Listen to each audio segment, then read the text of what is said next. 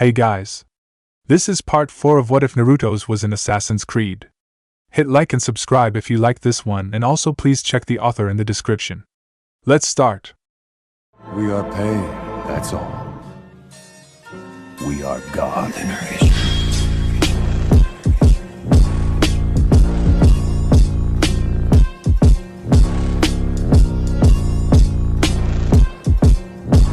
Chapter 28, the third. Standing at the very edge and staring at the ruin as horizons rust and fade. Testimony of our doing. The man staggered, shaking mildly as he stood. Slowly, ever so slowly, he sat down. He stretched out his legs and clenched his wrists. Something, he found, always comforted him, ever since his childhood, long, long ago. The sight in front of him rendered him speechless as he stared at it, the sheer beauty overwhelming. Gazing at the tunnels of smoke and crying over the ashes. All that's left of 1,000 hopes. Our wounds with 1,000 gashes. The sky was ablaze in a wealth of scarlet and gold. It seemed like a painter's paradise, as the warm red tones lay strewn across the sky. And then, as the last arc of the sun finally dipped below the horizon, the colors descended into a cool, serene blue. Uchiha Madara sighed, realizing he'd been holding his breath for over a minute. Singing with a broken voice. The flower placed over the grave. Birth of a future that scarce exists. A song for the past we crave. He was alone. His faithful servant had left him, albeit temporarily, on his very orders. And even as Madara stared at the dark expanse of the forest in front of him, the song he'd heard as a child seemed to play in the far corner of his broken mind. Holding on to memories. A time when the sun was bright. Our smiles were warmer, laughter joyous. Hope wasn't our only light. It was one he'd heard as a child. It was set to a rather calm, minor tune, one that seemed to represent sorrow, and memories of a brighter past. He remembered vaguely the feeling that had gripped his stomach, the tightness, as he sunk to his knees, and the elders sang on, in front of his brother. His brother had laid motionless, oblivious to Uchiha Madara's pleas, implorations, to wake, to open his eyes and smile. Drinking in the final rays. In the silence of the dawn. As the darkness closes in. The shards of light shine on. He remembered the voices, warm, with unsuppressed emotion. The women stood too, some of them betraying the odd tear that left their cheeks and hit the ground. He never cried. He remembered feeling empty, as they carried his brother away. The song had ended long ago, with the elder's voice cracking and slowly fading away. He was the only one left there, alone, on his knees. And yet, he still heard the tune, sung in a powerful, strong voice that seemed to galvanize him, sending his heartbeat up. But now the dreams have long since ceased. And nightmare has begun. Defeat adorns our broken faces. Our final verse is sung. The grief was his own. The loss was his own. The agony, his own. The suffering, his own. The voice, his own, alone, broken voice singing the final verses of a song that hadn't been completed by the elders. Standing at the very edge, we watch the petals dance. Even as it wilts and fades, we lose our final chance. And in the present, Uchiha Madara stood, still staring at the sky intently. He'd lived long enough to notice when change came over the horizon. It soared majestically into the blue twilight, leaving behind the shattered pieces of the past. Landing, it spontaneously rose into flames, burning down the present, and creating momentary chaos. Only momentary, though. After all, when the brilliant flames had decimated all semblance of the present, it would only rise from its own ashes, giving rise to the future. Uchiha Madara could also see the phoenix of change land, right here, in front of him, making the rebirth of the world imminent. And then, suddenly, he returned to the still darkness of that night. There was no phoenix, no change, no brilliant light. Just him, alone. And gazing at the tunnels of smoke. Smoldering over the fires. All that's left of 1,000 hopes. Are 1,000 funeral pyres. The third. Step. Step. Sideways. Thrust. He grunted, as he executed the move. The number of times he'd worked the exercise was now past counting, but Uzumaki Naruto simply wouldn't stop until he got it down perfectly. The tall, bearded assassin smiled as he met the boy's final thrust. As the wooden swords clashed with a jovial clack yet again, Ezio Auditore motioned with his hand for the boy to take a break for a while. For the blonde-haired Jinchuriki, a new technique never seemed a challenge. He didn't know why, but something new always piqued his attention. Maybe it was the way Master Altair had tutored him at Masyaf. Observe. Compare. Take in as much as you can, and compare it with the previous snippet from your memory. And if something was irregular, seek. True, this time, he wasn't taking on any easy task. What he was going to learn wasn't something that could be overcome by mere hard work. You needed something more, something beyond, and to Uzumaki Naruto, that was the best aspect of wielding a sword. It seemed electrifying to him that what he was absorbing was going to go on to reshape the way he approached combat. And he wanted, so badly, to learn that which was new. He felt almost completely consumed by the need. How was that, Ezio? I'm impressed, little assassin. Naruto didn't say anything as he sat down. He just smiled. While compliments were a dime a dozen elsewhere, from the mouth of an assassin, they were to take note of. He'd learned at least that much at Masyaf. You were alone and had to fend for yourself, but they made you feel good when you deserved to. He ran his fingers over the rough surface of the wooden sword. A bakken, it was called. Lighter than Ezio's actual sword, he'd been skeptical at first when Ezio had produced two of them, one for Naruto and one for himself, for practice. We shall concentrate first on the varying nuances of wielding a weapon, Naruto. You will learn why a weapon is different from using your fists first. Huh. That seems, well, I already know why it's different. Why? Because, well, it has longer reach? Ezio produced 3 throwing knives on his left hand.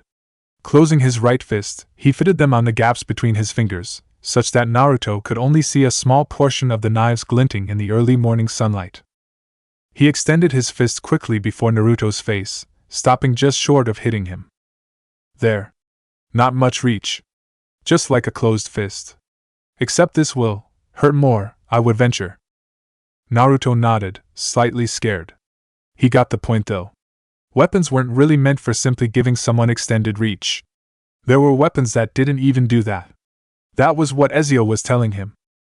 So you see, young assassin, the answer to my question isn't really a simple one. It is something you will find when you experience what we are discussing. Right. Okay. Let's resume, yeah. Ezio looked up at the boy's cerulean eyes shining with energy, even after their vigorous initial bout. The sharp confidence in the young boy's eyes was infectious. He got up easily, shaking the wooden sword lightly. Yeah.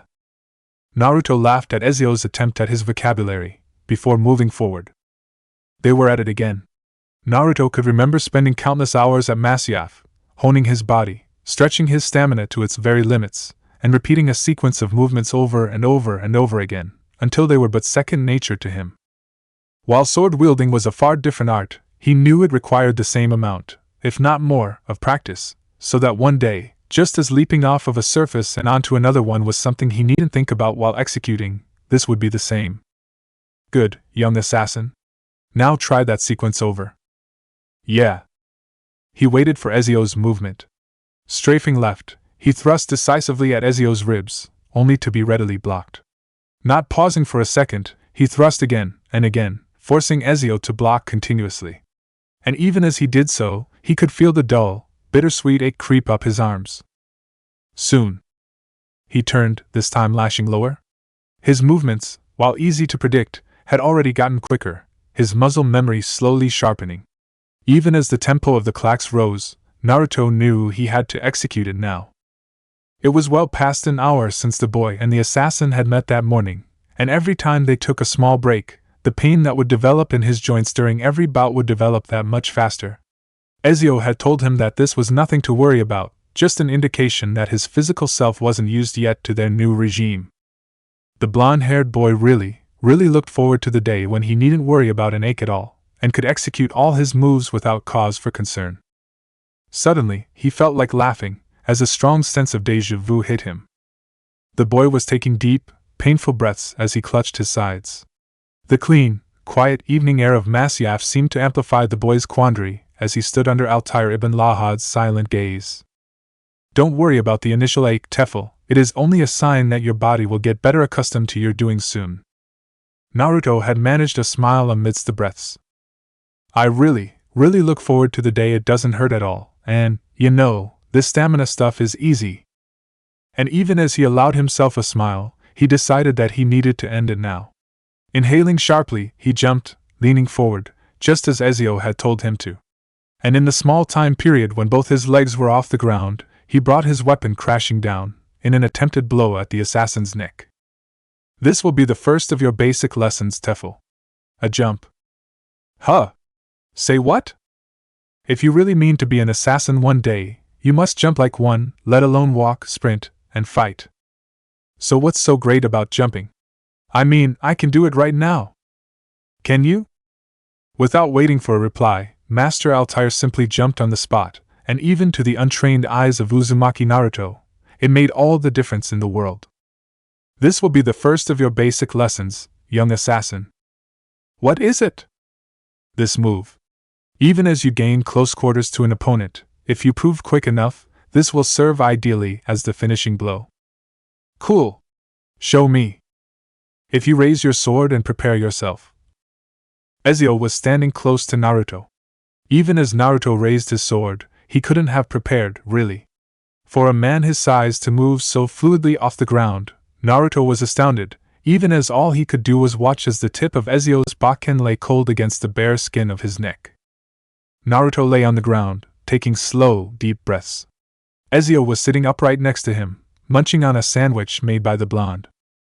Interesting. It is very nice of you to bring food, little assassin, albeit it is quite different from my normal fare. Nah, don't even mention it. I made one for Hay. Did I tell you? You know Connor, right? Connor Kenway? He's staying at my place. How cool's that? Ah, I see. He was telling me about a little problem with his accommodation. Well, I suppose your Hokage did the right thing. Ezio smiled as wiped his mouth with the tissue that Naruto had kept with the box. So how is he? Did you talk? Yeah. Course we did. We needed mattresses for him, so we went out and got 'em. Ezio nodded. Connor Kenway is an interesting man, young assassin. There is much to be learned of him. Same goes for all of you guys, And, well, everyone really. Not just assassins. There's all the senseis and others to learn from. You know what, Ezio? It just makes me happy that there are people around. It wasn't always that way. Ezio looked down at the boy who'd closed his eyes. His voice had been calm and undulating right until the last sentence. Ezio smiled, lightly ruffling the boy's spiky blonde hair, knowing that the silence between the two of them would speak gentler words than he could manage. He stepped in, retrieving the key and slipping it into his pocket. The sun was up, and the 8 o'clock morning air of Konohagakure already seemed to bristle with warmth. Quietly stepping into his bedroom so as to not disturb the assassin staying over, he was slightly surprised to see the mattress clean and folded, and the pillows stacked neatly in a corner. When he'd stepped in, he hadn't seen or heard Connor Kenway anywhere, but... Good morning. Gah. The boy couldn't help jumping at the sudden feel of the hand on his shoulder, albeit the ever-toneless voice of Connor Kenway dulled that effect. Where were you? I didn't even think you were awake when I walked in. I was in the balcony. I don't think you saw me, Naruto. Naruto turned, walking toward his kitchen. Well, you must be hungry. Care for breakfast? Thank you. Of course. Grinning slightly at the assassin's stoic demeanor, he went ahead to prepare a small breakfast. He still had the bread he'd used to make Ezio's sandwiches, and milk that was fresh, and ended up deciding on a light breakfast, and maybe a nice lunch to compensate later. Do you have anywhere you have to be today, Connor? Course, I have to go to Training Ground 7, but you can stay here if you want to. I will have to attend Team 8's training. Oh yeah? How are they? You spoke to him? Yes, I did. They are a good team. The teacher seems very capable and supportive, and the students are eager to learn. The energetic boy is a bit like you, Naruto. Who, Kiba? Nah. I'm way better looking. Connor allowed a slight smile to anoint his lips before continuing his short evaluation. The other boy seems very composed, and rarely talks. And finally, the girl is eager to learn from her teacher, but a little, well, of course, I barely know them well enough. Naruto seemed to understand what Connor meant, even though the assassin hadn't completed his sentence. He'd only spoken to Hyuga Hinata for a bit after his return, and she neither exhibited Sakura's boisterousness, nor Ino's straightforward pseudo-familiarity. She seemed far more reserved, although distant would have been an incorrect term to use. Why you used to like this swing when you were younger, Naruto-san? Yeah, nice of you to remember, hey? Naruto frowned, thinking back at the memory. It suddenly seemed to strike him that he really didn't know much about his peer group, excepting Sakura and Sasuke, of course. Well, he really needed to interact more, especially if he was planning to ask Kurenai-sensei all about Genjutsu, and Asuma-sensei about which chakra affinity he had. And of course, there was the other sensei, the weird one. Connor, who'd wolfed down his portion rather quickly, was already getting ready to leave. He tapped his side to make sure his unique weapon was snug in its place, and motioned towards Naruto. Grinning, Naruto cleared the table and picked up his key. Even as the two of them walked out, Naruto could feel an odd sense of happiness, looking at the wooden board with 3 papers wedged onto it, before turning around and eagerly explaining their neighborhood to his older roommate of sorts. The Uchiha stepped out, making sure his hitai was secure. He walked along the street slowly, knowing for a fact that, somewhere, a man who'd ordered his students to assemble at 8:30 sharp was just stretching and yawning lazily in his bed, trying to think up excuses like getting lost on the path of life. Even as Sasuke walked across the street, a few heads turned. Stifled murmurs seemed to commence and cease all at once. Curious glances flew across. Sasuke smiled internally. At least he had a faint idea of a part of Naruto's life now. Uzumaki Naruto. The youngest, assassin, the bag of surprises, ever since his return. His sudden departure was as a broken, defiant, helpless boy, and he'd returned as a cheerful, perceptive and physically sound teenager. As for his combat, was genius the right word to use? Sasuke frowned. He knew only one other person who'd been heralded as a genius. He himself, Sasuke, was labeled one too, sometimes. He was born with a thirst to learn, to surpass, and armed with the intellect to do so. Somehow, it seemed to make him a tad bitter. Naruto had been born with nothing, and he'd made it this far. What was he then, Sasuke? What did that make him? Suddenly he could distinctly remember Naruto's slightly fox-like snarl as his hand had slipped out with surprising fluidity to grab his collar. Suddenly worse than the stupid girl who knows nothing, right, Uchiha? Where did that leave Sakura then? Uchiha Sasuke had never thought much of anyone else in his age group other than the blonde-haired dogue, really. They were all so uninteresting, caught up in their own frivolities, trying to get him to notice them. It wasn't to be mistaken, though. Sasuke hadn't really held a superiority complex due to his being a descendant of a line of terrifyingly skilled shinobi. It wasn't much to boast about, really, especially when your only remaining kin was labeled a terrorist who'd apparently sided with only the most dangerous organization known to them. It was just that his peer group had always least interested him. He did, though, try to observe the Hyuga girl for a while.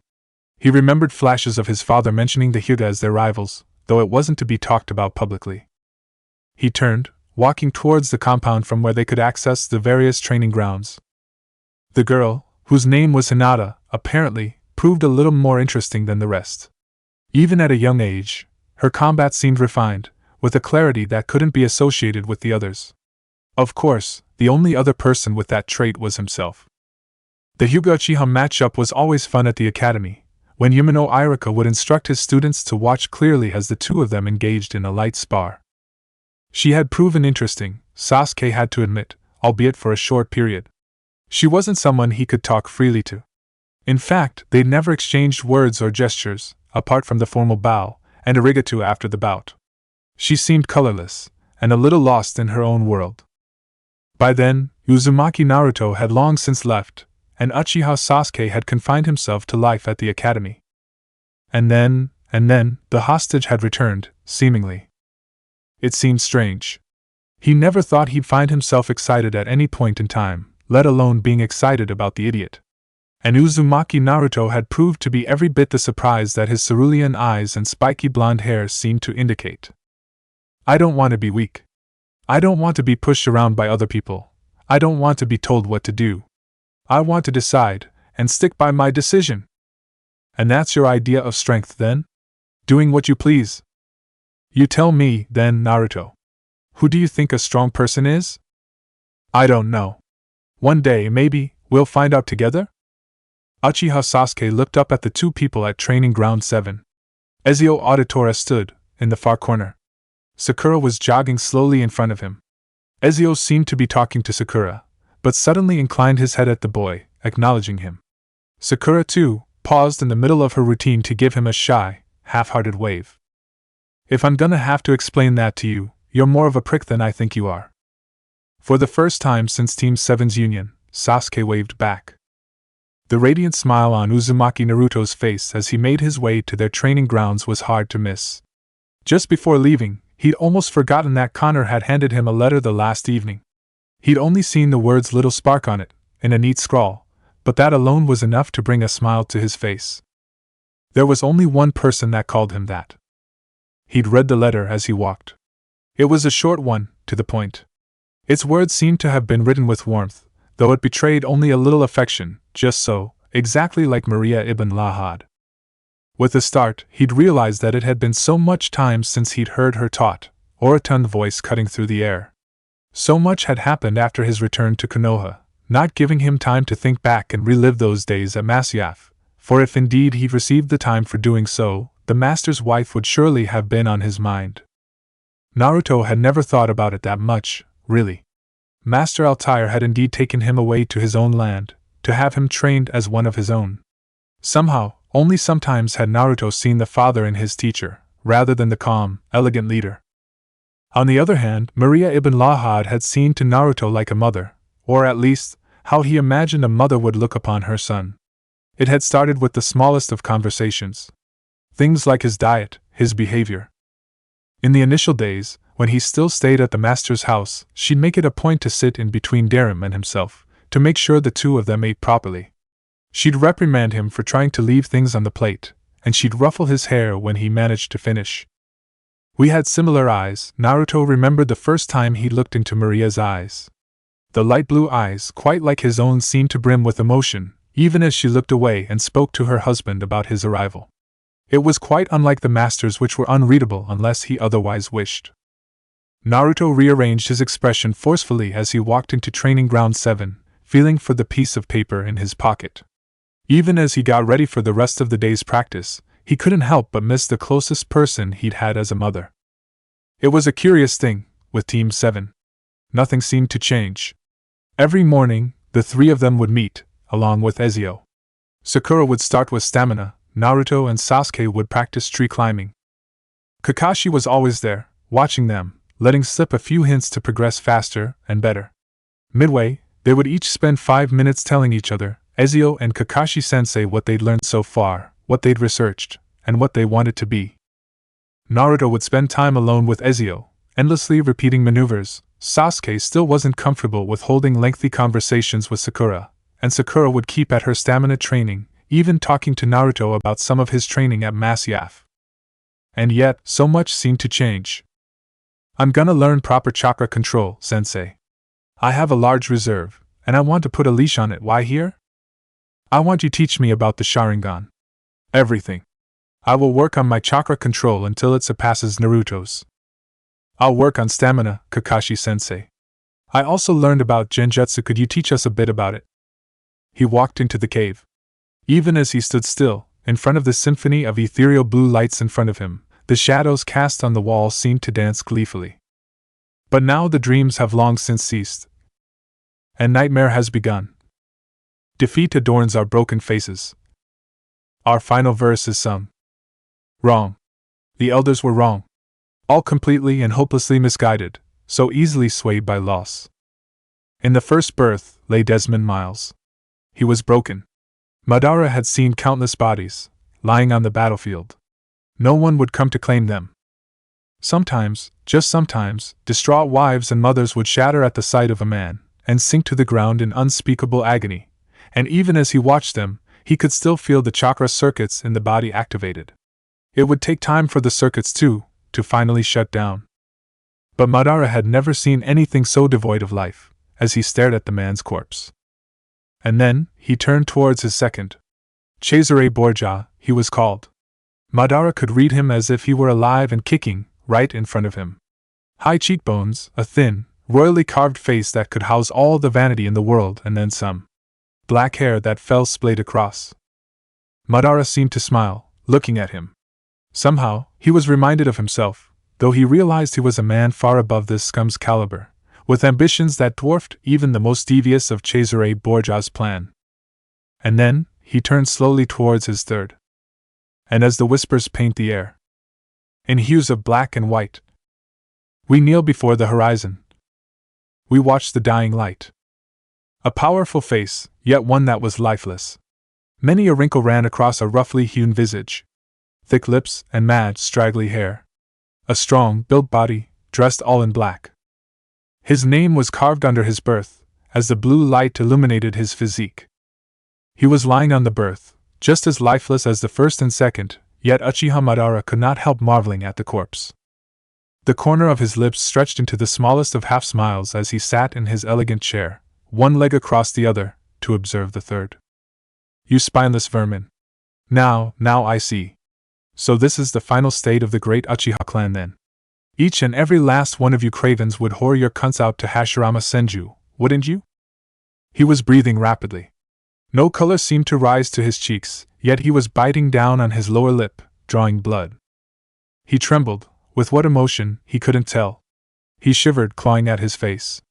And then, not able to control the temptation anymore, he lurched, crawling over to the names carved onto the side of the wall. The first read Desmond Miles. The second read Cesare Borgia.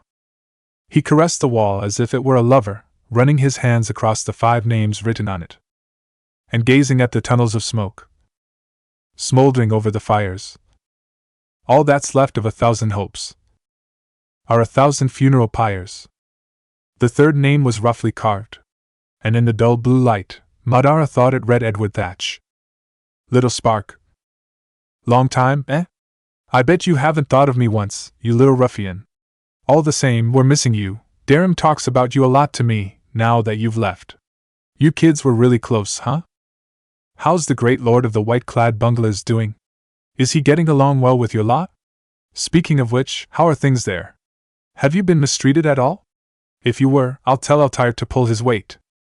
If you don't write back soon, I'll see to it your dear teacher has a few exercises he wants you to resume early in the morning. See you round, little spark.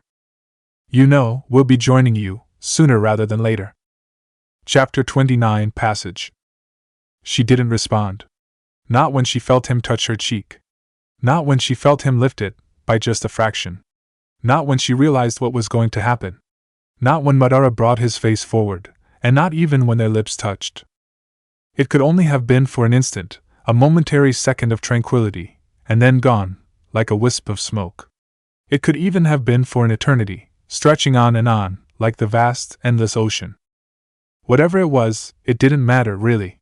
When their lips parted, she found courage to look into his eyes again, into the eyes of a man who was broken beyond repair. Passage. Weeks had passed.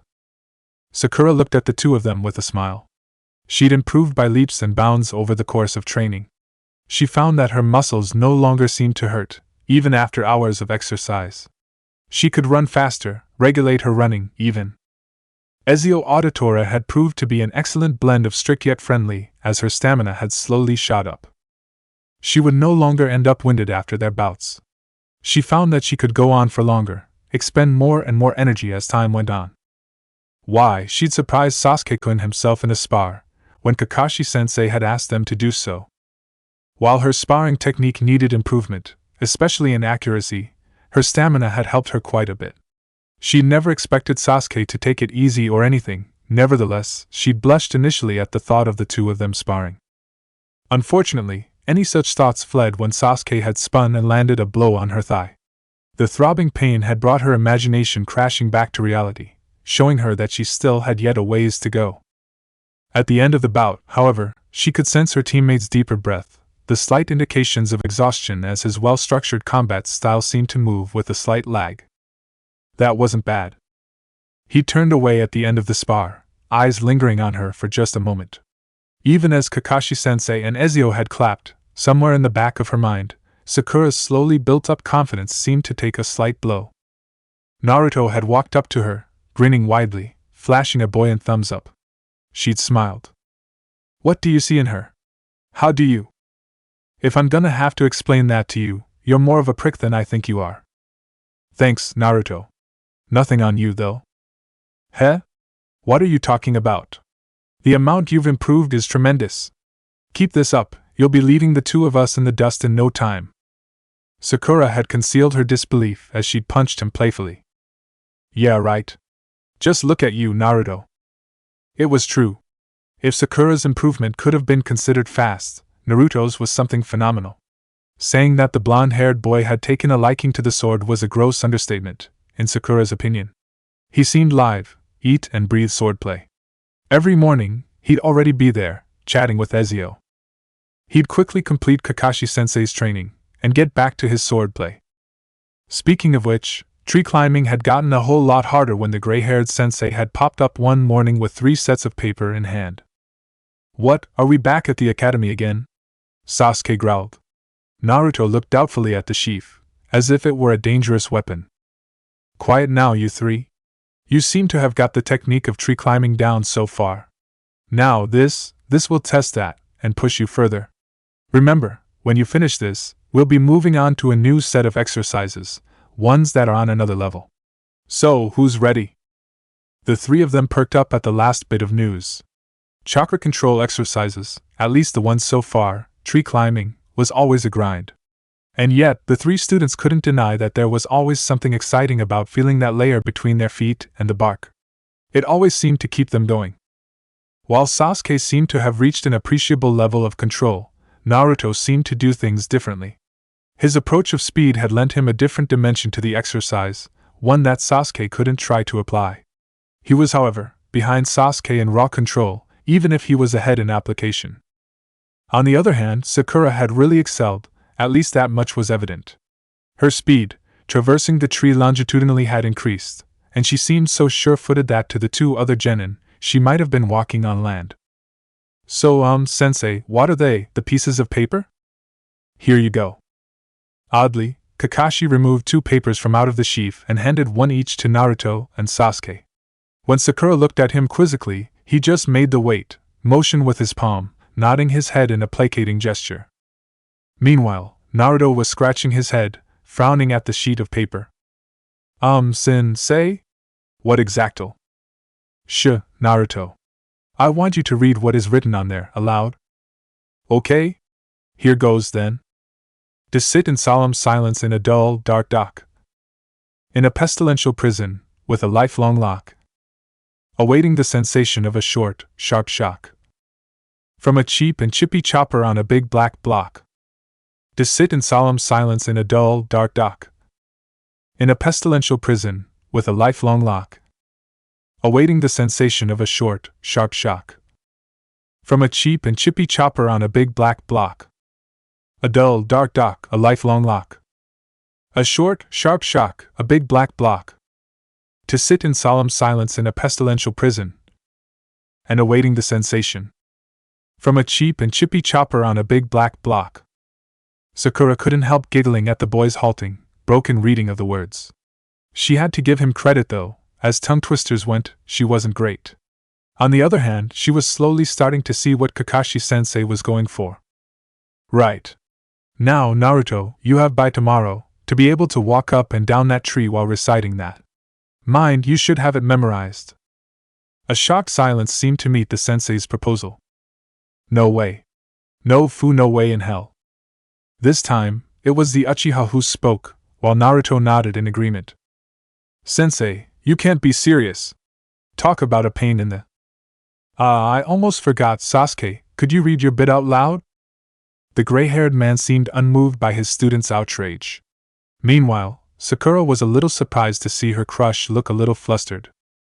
No. What's the matter, Sasuke? I asked you to read what was written on your sheet of paper. This time, their sensei's tone was clear. It was undulating, and honestly, it was a bit frightening to see Kakashi-sensei act that way. Sasuke, looking mutinous for a second, finally gave in. Hey. You. I don't like your girlfriend. No way, no way. I think you need a new one. Hey. You. I could be your girlfriend. Hey. You. I know that you like me. No way. No, it's not a secret. Hey. You. I want to be your girlfriend. Naruto, who a second ago was looking at his piece of paper with a distraught expression, had dissolved into howls of laughter. Sakura had to turn the other way and bite hard on her knuckles, so that she didn't appear rude to Sasuke-kun. Speaking of which, Sasuke-kun was standing still, light color on his cheek. If looks could have killed, Kakashi Hatake would have suffered the most gruesome of deaths. Meanwhile, Sensei had already flipped open his novel. Pausing for a second, he looked up, feigning surprise. My, what are you two waiting for now? Oh, Sakura, go to your usual spot and commence your tree walking for today. I'll be there in a minute. The man nonchalantly walked off, leaving the three students to an awkward silence, one that was punctuated by the odd sound of stifled laughter. He hissed, as their bodies moved in tandem, her red hair leading an unruly dance. Even as he touched her, joined their lips as he reached his peak, Uchiha Madara felt the anguish licking at his insides. How low could he stoop? He pushed the woman off him. Even as he reached for his robes, the familiar sensation of hopelessness regained, replacing the euphoria of his frenetic coupling. How hopeless. How fucking despicable. This wasn't Uzumaki Mito, and never would be. Hey, sensei, I have something to ask. Go ahead, Naruto. The 5 people comprising Cell 7 were sitting on the ground. Having finished their day's training, they were just about to disband when Naruto had stopped them. Deciding that it would be better if they were all at ease, Kakashi had suggested they sit. Yeah, so I was reading up about affinities. Sakura turned towards the blonde as he said the words. Affinities was a slightly advanced topic that had been left out of their curriculum in the academy. On the other hand, being Haruno Sakura, she'd learnt about them anyway. She hadn't felt the need to ask their sensei about them just yet, seeing as she needed to bring several other elementary skills up to par first. I see. And what do you want me tell you? The obvious. Our affinities. I want to start working on them. For once, Sakura didn't reprimand her teammate for rushing ahead as usual. She'd seen Naruto and Sasuke work on their exercises, over and over again, until they were walking up and down effortlessly, spouting verse after verse of Kakashi's silly poems. It had worked perfectly, Kakashi's method, ensuring that tree walking was now but second nature to the 2 boys. Oh. Well then, what about your builds then? The moment you start with ninjutsu, it's going to be pretty tough, I tell you. You won't find the time to focus on a whole lot of other things, not to mention, you guys got a mission lined up now. At the sound of the word mission, the 3 genin perked up. Ezio, watching silently in the back, as usual, smiled. Don't worry. It's a C rank, though this won't go out of control, like last time. The archiving and formulation should be done soon enough. We still have a few days' time though. Wait, what kind of mission? Is it gonna be tough? Dangerous like last time? Is it gonna be long? Oh man, why didn't ya tell us before, Kakashi-sensei? Sit your ass down, Dobe. Stop hiding your excitement, Sasuke-chan. I know you can't wait. So, sensei, we have a few days? Kakashi turned to Sakura, the only one who seemed to maintaining a semblance of composure. He smiled. Yes, Sakura. I don't think there's a reason for worry. You've worked very, very hard, and you've improved leaps and bounds. I'm proud of you. Even as he spoke, Sakura couldn't help blushing with pride, while the 2 boys grew quiet. I'm proud of all of you, as a matter of fact. I'm glad I got Team 7. An awkward silence seemed to follow, with the 3 students not being able to help their smiles. Well, really only 2 students. Sasuke apparently couldn't smile for shit. Interesting. Deep down, you shinobi are just a bunch of sweethearts. What? Sweethearts? Shut up, Ezio. The gray-haired sensei had walked out as usual, followed by Sasuke and Sakura. See you, Dobe. Bye, Naruto. He waved at them, before turning to the only other person at Training Ground 7. Wanna have another bout? Ezio laughed. Young Naruto, Sometimes I wonder, is that a heart pumping inside your chest or is that a tireless machine? The two wooden swords were out again. Well, assassins are supposed to be tireless. Were you ever tired, Ezio? Clack. The smaller assassin sidestepped neatly and moved forward. Tired. Cieli, I was very tired, at one point. The man grunted as he walked towards an unsuspecting guard. The night was dark and cold, and yet, Ezio Auditore still had killing left to do. This used to be so easy. Tired, not of fighting, I'm sure. It was the boy who spoke, and Ezio smiled, even as the tempo of their bout stepped up. Naruto had really improved over the course of time. Basic swordplay was now inherent in his muscle memory, as was obvious by the fact that the two of them were now holding conversation while engaging each other in a spar. Yeah, you were tired of not knowing the answer, weren't you? You were tired of searching. Ezio couldn't help marveling at the boy's rather astute conclusion. I've seen that look, you know, in Master Altair's eyes sometimes. How old were you when you... Does the boy know? Ezio Auditore was standing in front of the Hokage, just the two of them. Know what, Ezio Auditore? The hostage return plan. Hiruzen smiled, turning to him. As a matter of fact, I'm sure he's aware of a few things. The manner of your existence in this timeline, for example. How so, old man? You know, sometimes it even surprises me how close Altair and Naruto are. The assassin was, after all, like a father to him. And does this change anything? Of course not. Uzumaki Naruto is a far more mature person than many. You should talk to him, Ezio Auditore. He seems to have taken a liking to you. I find him very likable too, Messera. When you died? Ezio laughed. How does that change anything? Naruto timed the parry perfectly. Leaping back, in a move to surprise Ezio, he crouched. The bearded assassin pointed his sword forward, at Naruto, waiting for the boy to make his move. Nah, doesn't change shit, I know.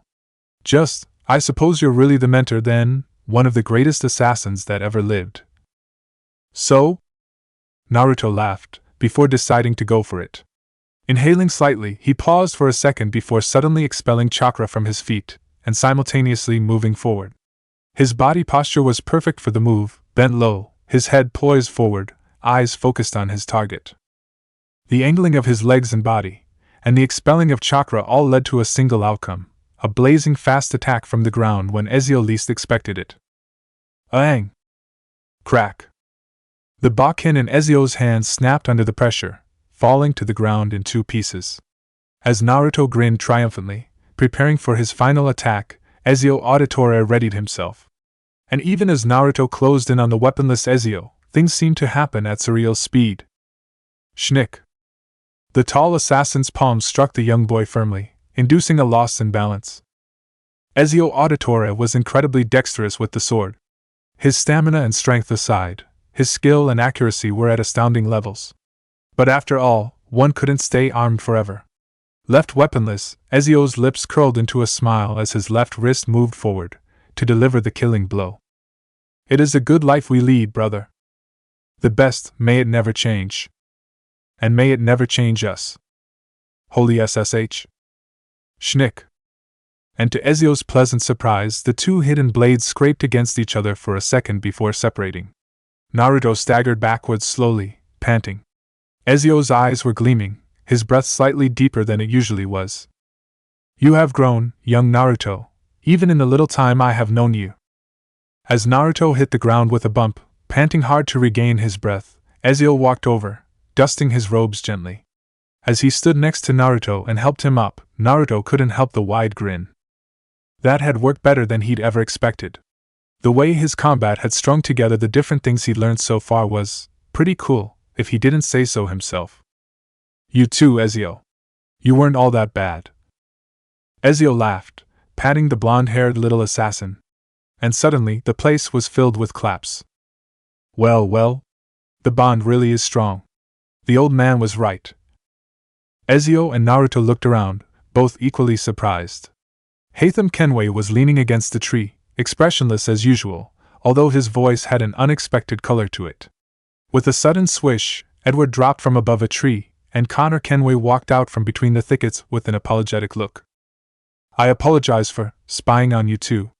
It was, however, my grandfather's idea. Jesus bloody Christ, you saw that, didn't you?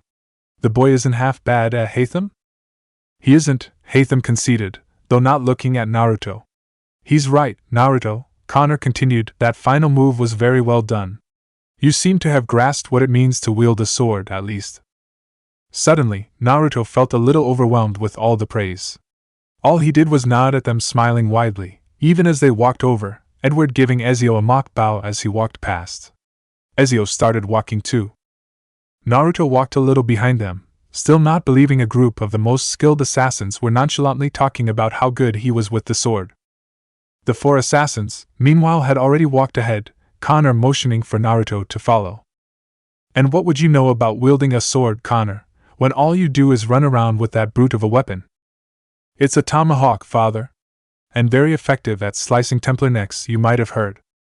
What's with all you bloody Templars, Always a pain, even back when I was around, not to say the assassins weren't any less at bungling everything up. Your disrespect feels childish at best, Edward Kenway. Oh, forgive me, great mentor. I forgot you ran this little band of jollies back in the day, yeah? As the 3 assassins and the lone Templar walked out along with the 5th, youngest member, said member couldn't have wiped the grin off his face if he wanted to. Walking with the 4 men, the Jinchuriki of Konoha almost felt as if he belonged. Guys? Where are we going anyway? The 4 full-grown men immediately stopped bickering when they realized they didn't have an answer to the boy's question. Naruto, why don't you take us somewhere? Connor looked at him, a small smile on his face. Naruto nodded excitedly. He walked forward. This way, then. Build. Focus on speed and endurance. Offenses, extensive sword usage, coupled with elemental ninjutsu. Defense _ Dual wield. Weapons. Ninjutsu. Affinity, wind. Jutsu learned _ Genjutsu.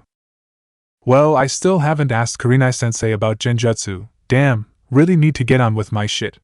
Anyway, swordplay with Ezio is looking pretty cool now. What do you think? He turned towards Connor, who just walked out of Naruto's bedroom, having used the shower. I am still yet to acquaint myself with that strange contraption. I must concede, though, it is extremely convenient. Naruto blinked at him for a second, not understanding what the assassin was talking about before breaking into laughter suddenly.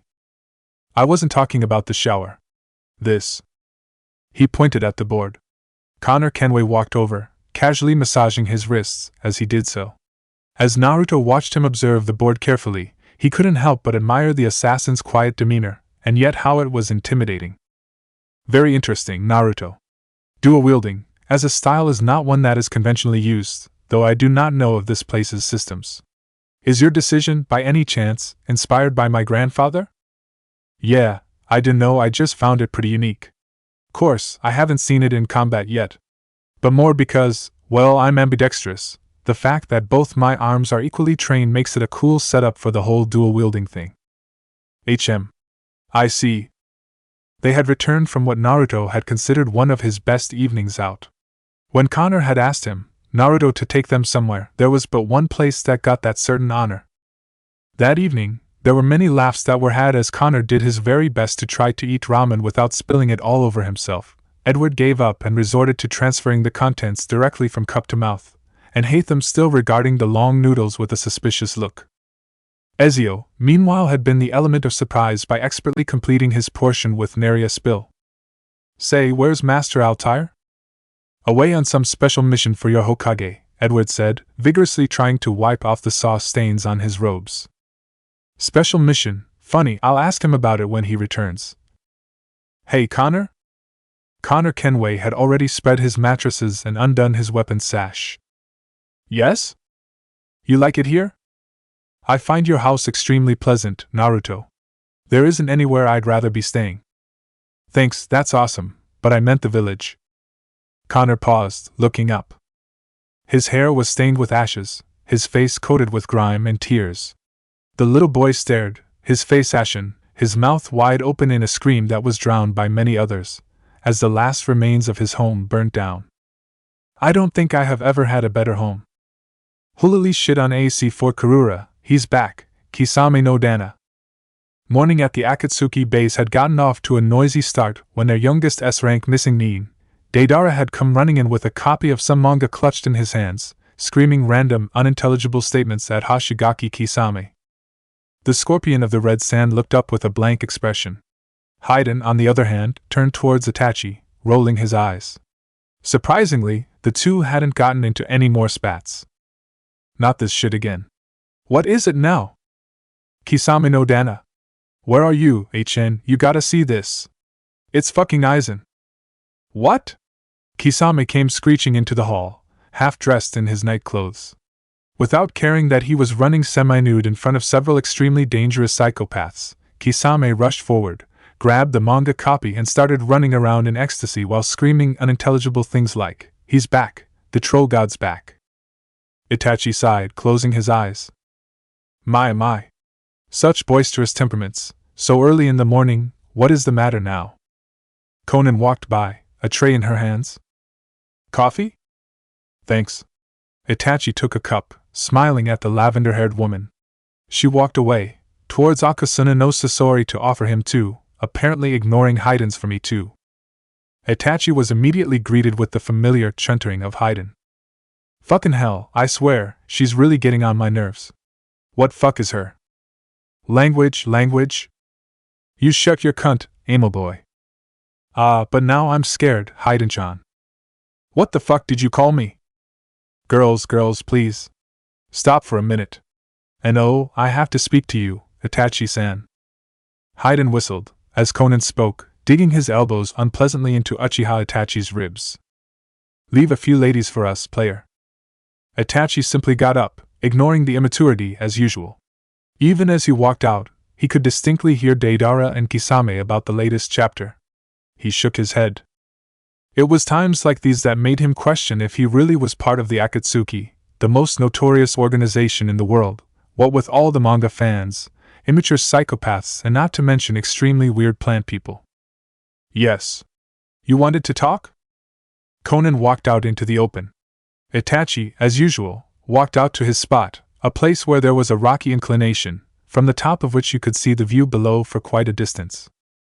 There's been a change in plans, Itachi-san. Oh. It's about the important mission. The Chunin exams.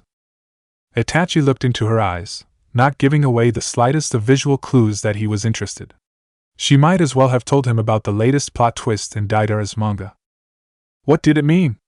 The most probable answer was that Pain was starting to suspect something, but he was sure that he'd left no clues of his double agency behind. Pain knows, Itachi-san. There was no reaction. Even if Conan had been an expert on interrogation, psychological response and detection, Uchiha Itachi wasn't giving away anything. It's Orochimaru. He isn't going to be your partner for the mission. It'll be Haiden. This time, Uchiha Itachi groaned. Conan broke into a laugh. You two really don't get along, do you? Who, Haiden and me? We're the best of chums, haven't you heard? But back to Orochimaru, you haven't tell? I don't know. The leader hasn't told me much, but it isn't looking good for him. I see. She looked at him, a small smile on her lips. That's it. The great Uchiha Itachi doesn't care if his partner is probably going to killed? He laughed, his voice coarse and throaty. The snake? He was always what he was. That being isn't worthy of anything, least of all care or pity. She turned away. Her voice was a whisper. And you? What are you worthy of, Uchiha, Itachi? Itachi turned away too. He looked towards the distance. Do what you must, Itachi. Do it well. Do it comprehensively. Don't leave anything behind. But I doubt you have anything left, do you? You don't care, you, my son, are now an emotionless machine. You don't care at all. All you want is your goal, and you want it so bad, you don't care who you lay to waste. You're now lesser than human, you poor fool. Go. And defeat isn't an option. He still remembered the lines etched across the man's face. No, not the Hokage, not him. The very last face Itachi had seen in Konoha before departing for the Akatsuki was Shimura Danzo's. You don't care. Everyone are mere tools, Uchiha. Isn't that how your putrid clan used to think? Despicable, to use someone's death as a weapon to get stronger. Don't you feel happy, Uchiha Itachi, that your clan is now not more than a pile of dead bodies? Me. What am I worthy of? A wry half-smile painted the man's lips. How very characteristic. Tools for reaching the goal? And just, how badly do I want it? He kissed her. Edward Kenway stared bemusedly.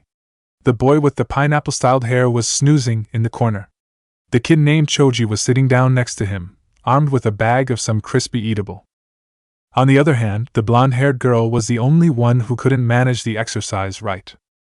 Their teacher, the man named Asuma, had given them the task of climbing up the tree without hands. Edward, who was seeing chakra being used for the first time, was fascinated, and conversed with the teacher quite a bit. He seemed a pleasant man, always pepping up his students and such. Until today, when he dropped in, just to tell his students that Edward Kenway, the assassin, would be the only one to sit in on their practice. And so, he was watching the girl try, over and over and over again, concentrating so hard that it was almost painful for Edward to watch. Having had enough, he walked up. Edward James Kenway, make no mistake, was one of the best at observation, ever since birth. His eyes could capture a scene in his mind, and he could summon and recreate it almost whenever he wanted to. This had, of course, served him very well until he'd gotten himself stranded on some blasted island that was completely off the map. Hey, hey! The girl jumped, and turned around the assassin's gruff voice. She seemed pretty disheveled. Her long hair was all mussed up with leaves and twigs, and she was breathing hard. Her knees had a few small bruises. What? Her tone was rough and annoyed, and yet Yamanaka Ino was excited, deep down. Other than the odd words spoken, this was the first time he was talking to her, and her alone. She tried to bring down the blush on her face. She had always been in awe of Edward Kenway and his rough, almost uncouth, yet elegant way of speech and manner. Oh, no need to stop, go ahead. He promptly sat himself on the ground, watching her keenly. Ino turned her head away. She took a deep breath, and placed a leg on the bark of the tree. And then another, and then another. She was focused, she was concentrating hard. Not one thought flew through her mind. However, by the time she took her fifth step, she stumbled, and fell to the ground, cursing. Not going very well, is it? She looked at the blonde-haired assassin. Though his tone was mocking, his eyes had a good-natured twinkle to them. Shaking her head, she tried again. And again. And again. Until, at one point, she was so exhausted, halfway up her ascent, she just gave up, willing herself to fall once again. And yet, a pair of hands seemed to catch her lightly. She opened her eyes. The man had a thoughtful expression on his face. He let her down slowly. Try again. But you just saw I can't. Bilge. What was your name again? Ino. Right. And what do you like most, lass? What? What I like most? Well, Sasek dash. Flowers. Splendid. Try again. She looked at him, puzzled. He motioned for her to try again. Humph, whatever. Yamanaka Ino was tired of this damn exercise. She just wasn't good at it. She really didn't see why Asuma-sensei had wanted them to learn it. Surprisingly, the lazy bum and the glutton had each managed to do what she couldn't. And that had driven her for quite a while, until that force too had extinguished. Now, Ino was just plain tired of this crummy exercise. Why was she stuck with this team when old Forehead was hogging all the attention? She placed her leg on the bark, and was just about to take the next step when she heard the assassin's voice. Stop. She turned around, but he wasn't in sight. Sir? Where are you? Doesn't matter. What's a daffodil stand for? The question caught her completely off guard. When she finally processed it, the answer came to her lips easily. Chivalry. Very good. Now climb. The problem with tree climbing was that once you'd taken a step, you didn't have time to think, you had to immediately work towards the next step. Barely had she taken the next step when she heard his voice coming from apparently nowhere. And what about an aster? Contentment. Correct. She was still staying on the tree, so that was a good thing. No sooner had the very thought crossed her mind when she started wobbling. Hibiscus? Delicate beauty. Splendid. Iris? Eye inspiration. Ivy. Fidelity. Azalea? Abundance. Camellia? Grace. Very nice. Heather. Solitude. Her voice was more confident now. She was eagerly waiting for every question, a smile on her face. Last question, Ino, was it? Reach for the branch, Ino. Ino blindly did as he was told, and reached her hands, gripping the branch. Statusy? Success. And look at yourself, lass. Ino suddenly jumped, the voice was near her. Edward Kenway was sitting next to her on the branch. He pointed downwards. Long way down, eh? Ino's jaw dropped. Had she really climbed all the way up? She was stunned into silence. All she could do was grin at the assassin. And just as suddenly, he caught her bodily and hung her by her hands off the branch. Ayak! What are you doing? Try again. She dropped, landing with a thud. She threw a dirty look at the assassin, who winked back. And yet, in the back of her mind, Eino Yamanaka couldn't have helped the smile on her face. Suddenly, she was glad she was in Team 10. Whoa! Edward turned, pleasantly surprised yet another blonde-haired student, this time one he knew, walk up to them. Greetings, Naruto. What does the sword master wish of the scummy pirate? Man, that's some intense stuff. Hey there, Ino, going on. Pretty cool, Edward. My thanks. Hey, Naruto, what are you here for? Naruto acted surprised, feigning turning left and right. Are my eyes and ears deceiving me? Has the great Yamanaka-sama deigned to speak with me, of all people? Dressed in a different attire that morning, Naruto looked just as cheerful as ever. He'd opted for shorts and a loose t-shirt. On his back, he had a strange arsenal of weapons. For Bakken stood, hanging on by a sash hung over his shoulder. Ha! Funny, Gaki. So why were you here? Secret assassin business. Can't be disclosed to the likes of you. She was just about to bite back with a sharp retort, before realizing he'd already moved forward towards Edward Kenway. You ready, Edward? Sure. I seem to be done with my duties with this team, anyway. Cool. Come to my team's training ground. As the two blonde-haired assassins walked, Ino couldn't help the curiosity eating at her insides. It had always been like that, with the blonde baka. Ever since his return, he seemed a little, shrouded in mystery. She still remembered that throwing test.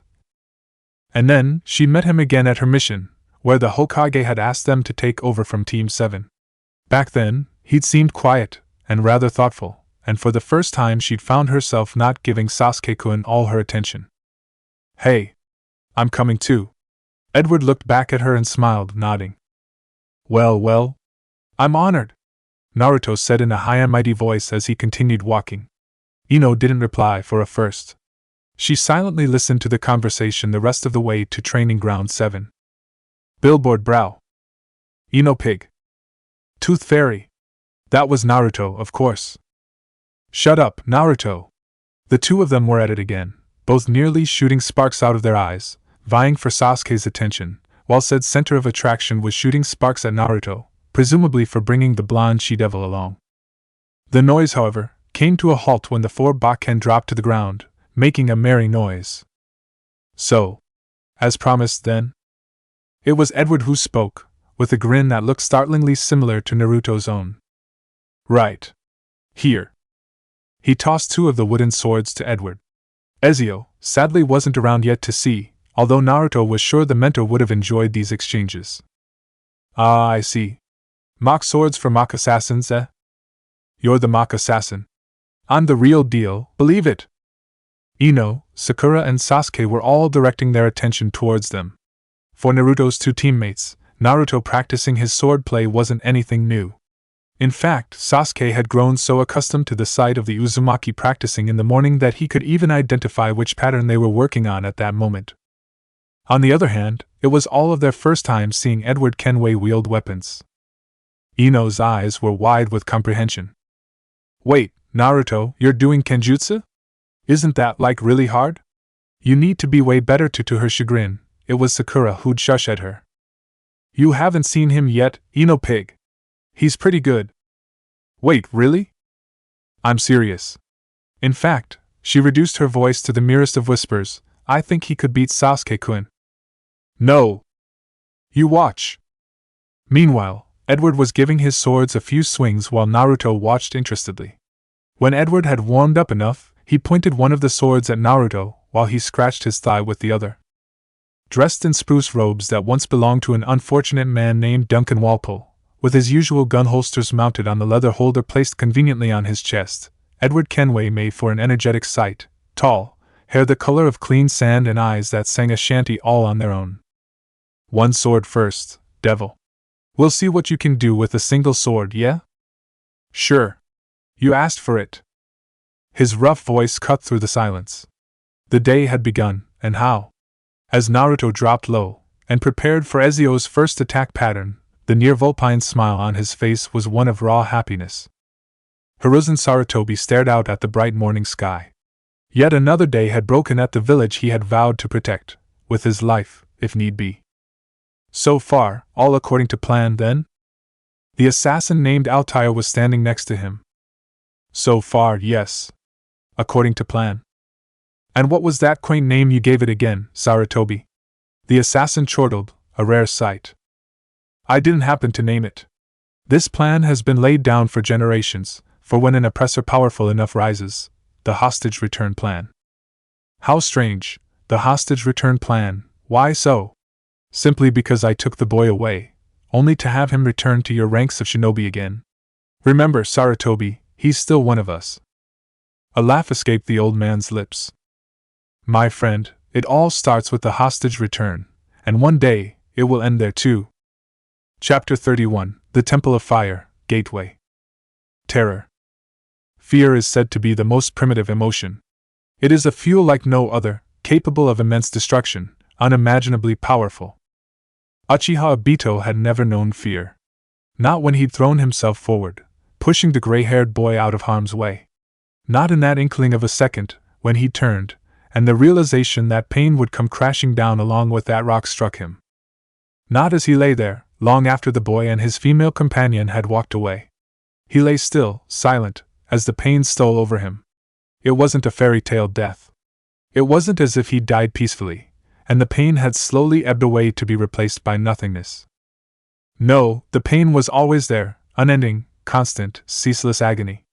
But Uchiha Obito never felt fear, not the slightest sliver of that emotion coursed through his veins, as he stared into the blackness. One eye crushed, and the other, he'd given away. And now, Uchiha Obito had nothing left. The boy left this world in a dull haze of pain, sorrow and defeat, but not fear, never fear. Terror. Fear is said to be the most effective of tools.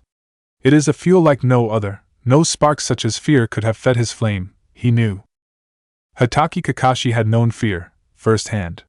He had been broken by fear, and then he'd been made by fear. He'd been taught with fear as punishment, and he'd been honed with fear as a weapon. And now, Hatake Kakashi had nothing left, not even his own self, to talk to. Was he alone, then? Was he really, truly, all alone? The Temple of Fire Phase 1. Gateway. Whoa. See? Told you. The whispers were hardly heard, amidst the sound of the two wooden swords. The assassin named Edward Kenway had a large grin on his face as he pushed forward, one sword in hand. His left hand, free, was raised just below his face, clenched. His brow had a small hint of moisture, if nothing but a testament to his opponent's prowess in the art of combat. Swoosh. Edward whistled as the blonde-haired boy's mock weapon came crashing down, barely a millimeter away from his ribs. Edward knew, as someone who was adept at wielding such weapons, that remaining accurate throughout the bout while maintaining the same level of intensity was a challenge even his more seasoned crewmen would face. Clack. The two wooden swords met again. And yet, the little devil seemed tireless in his concentration. His movements were very fluid, and would have been a joy to watch if he wasn't on the receiving end. They were not the conventional machine-like rule-bound swordplay that he'd seen many privateers practice. No, it was far more robust than that. He seemed to take to the air easily, this lad, and was equally adept at wielding the weapon with either hand, as was seen by the fact that he switched quite often. Strokes seemed to fly in from all sides, and all the right angles. His legs were an excellent pivot, providing an able base for every move, something Edward himself could have been proud of. It provided a sense of complete unpredictability, as to what Uzumaki Naruto would do next, even as Edward Kenway parried and thrust. HNGH. A grunt, as the smaller assassin met it. The old man has trained him well, no doubt. He twisted his neck around, feeling it stiffen with the constant angling. His tongue darted out, licking his lips, as he kept his eye on his opponent. Clear eyes, blue as the sea, met him, with a small shock of unruly hair falling over his eyes because of the energy of the bout. The little assassin seemed to pant a little with the effort, even as he moved ahead for the next move. Edward laughed, a short, bark-like laughter that seemed to startle the 3 other students watching the 2 of them. There are times, devil, when you know you're beaten. This has gone on long enough, what say? Not long enough for me to beat ya. Is that how it is? Uzumaki Naruto grinned back, before moving in once more, and this time, he barely had time to execute his move before he knew it was over. Ezio Auditore had put his nose to the grindstone. Naruto knew that. He'd shown him the ropes very effectively. Not only had Naruto's interest in the art of swordplay been kindled, it had been nursed, and shown the right way to grow. But now, Naruto needed more help, what with Edward Kenway's legs moving up and striking his own, making him effectively lose his balance. And even as Naruto's hand let go of his weapon as he fell forward, his neck suddenly met the rough surface of Edward Kenway's bakken. Spread-eagled, weaponless, Naruto looked up into the assassin's eyes with a small smile. The man seemed to smile back. Well, lad, it might prove to be fun teaching you after all. But you never used, both your swords? I wanted to see what it'd be like to go up against that. Edward laughed at the boy's uninhibited enthusiasm. We'll get there, Naruto. Patience is a great virtue, wise men say. Naruto had sunk to the ground, slightly winded. For a moment, it seemed as if they were equal in terms of accuracy and ferocity, the 2 of them, when they had gone toe-to-toe. Only for a short while, though. Naruto had immediately seen what it took to go up against Edward Kenway, even in a spar with wooden swords. He could easily sense that Edward's training was bound to be much more different, a style far wilder than Ezio Auditore's. With the mentor, there was always a sense of holding back, on the part of his teacher. Naruto perpetually felt that Ezio was moving more sluggishly than he ought to, his attacks not hitting quite hard enough, just so that Naruto's progress was correctly regulated. It was truly the mark of an expert teacher. On the other hand, even in that short duration when he'd gone up against the blonde-haired assassin, it felt as if Edward was putting all into his strokes, even if he wasn't employing the style he usually wielded. He didn't seem to care if he was overpowering the boy, and for Naruto, it was largely different, standing in front of Edward Kenway. Edward had plopped down merrily next to him, looking around. So this is your training ground, I take it? Fairly similar to our own. Your own? Ours. Team 10. Fitting in already, I see. Meanwhile, the others had walked up to them. Ino reached first. That was pretty cool, Naruto. I didn't know you were this good. Naruto grinned, while Edward Kenway smiled, brushing back locks of his hair. Sasuke grunted, as usual, and eyed him before speaking. We need to spar, idiot. Sakura stared at the 2 of them, relieved that the air between her 2 male teammates was competitively good-natured. She hadn't been oblivious to Naruto and his efforts of, rectifying Sasuke. Well, where's Kakashi-sensei? Isn't he supposed to brief us about our mission? When's it gonna start anyway? Naruto frowned in apparent impatience. I don't know, he's supposed to be here. Actually, Sakura was looking around too. Edward looked around interestedly. You are, I take it, talking about the gray-haired man who looks like he's woken up after a drinking contest? What's sensei? Teacher. Yeah, that's the one. Here he comes. Naruto pointed towards the entrance, where Team 7's Jonin-sensei was walking in, face hidden by the usual smut novel. He was walking so nonchalantly, one might have thought he'd walked in by mistake.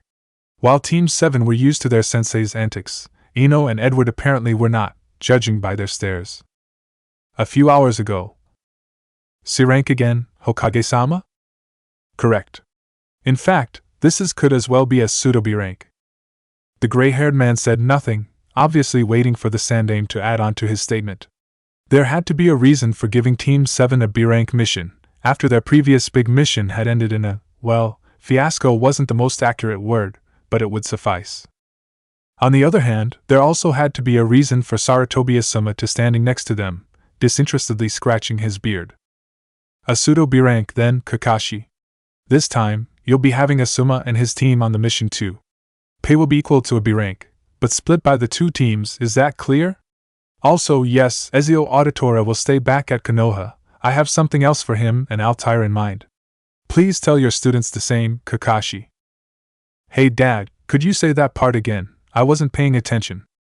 Kakashi closed his eyes in despair at the thought of having to put up with 3 more bratty kids, not to mention the added romance drama that would now ensue with the Yamanaka, her love interest, her love interest's rival who had a crush on her rival, her teammates who were an Akimichi and a Nara, of all the exciting clans. And to top off all the immaturity, their sensei. His thoughts came to cruel standstill when Asuma slapped him on the back rather hard, sending him into a coughing fit. So, it's me and you, Kakashi, old buddy, old pal. Kakashi looked up at him with a look that could have meant only one thing, but somehow didn't faze Team 10's sensei. Drop dead. Agni mia lupuro hidem. Yagnis ya devaradvijam. Hodarum ratnadadamam. Hari hi aum, hari hi aum. I glorify Agni, the high priest of the sacrifice, the divine, the ministrant, who presents the oblation to the gods. The morning was anointed with the sweet smell of ashes, as he crawled towards the sacrificial pedestal. Blood trailed from his stomach. The man should have been in intense pain, and yet, his face remained stone cold, as he inched forward. Even as he crawled up, gasping, clutching the pedestal, the heat of the flames seemed to lick at his sides, a warm, inviting embrace. He dipped 3 fingers into the sacrificial fire. The flames did him no harm. He reached down below, where the smaller sticks of wood were already burnt. His fingers scraped the bottom, and when he drew it out, it was coated in a fine, gray powder, ash. He looked up at the morning sun, inhaled the cool morning air, as he drew the 3 fingers across his forehead, leaving a trail of ash on it. He smiled. It was oddly unusual on the otherwise peaceful face. His lips stretched into a cynical smirk, as he stared at the 2 men standing above him. One of them was stooped, so stooped that he was barely 4 feet tall. His mouth was covered by a cloth, and his eyes, the man knew, those eyes were lifeless, truly lifeless. HN, look at ya. You fucking choose to die like this? Truly pathetic, yeah? It was the other one who spoke, the man with the blonde hair, one swathe falling over one of his eyes. A grin seemed to play on his face, one that seemed to relish in their enemy's difficulty. The man's mouth opened slowly, a coarse laughter filled the air. I hope that your journey down to the pits of hell isn't as painful as your existence, Chandalaha. The expression of peace returned to the man's face. You think I do not know of your identity. The worst criminal scum to adorn the earth blessed by our Lord. You call yourself the Akatsuki, do you not? The man's eyes seemed to flood with an emotion neither Deidara, nor Akasuna no Sasori were used to seeing on their victims' faces. I pity you. What an accursed existence it must be, so insignificant. The man named Sasori seemed to have heard enough. His curious tail-like mechanism, remaining still until that point in time, flicked forward with frightening speed and accuracy, stopping mere inches in front of the man's neck. This is your last warning, priest. Tell us where the Jinchuriki is hid, and we'll ensure you don't have a painless death? Merca. But I see it in your eyes, criminal. Your body is naught but a puppet. And I speak not of your body, which hides inside one. I speak of your real flesh, your skin, your bones. The Atman. It resides elsewhere, I can see it, the painful ignorance, you insignificant fucking whore son. No emotion seemed to flicker on the short Akatsuki member's face, even as the poisoned tip of his tail punctured the man's neck with a sickening crunch, and passed out through the back. And even in his final dying moments, the priest had time to whisper a final word. Kshamayutham. Glossary. The language spoken is Sanskrit.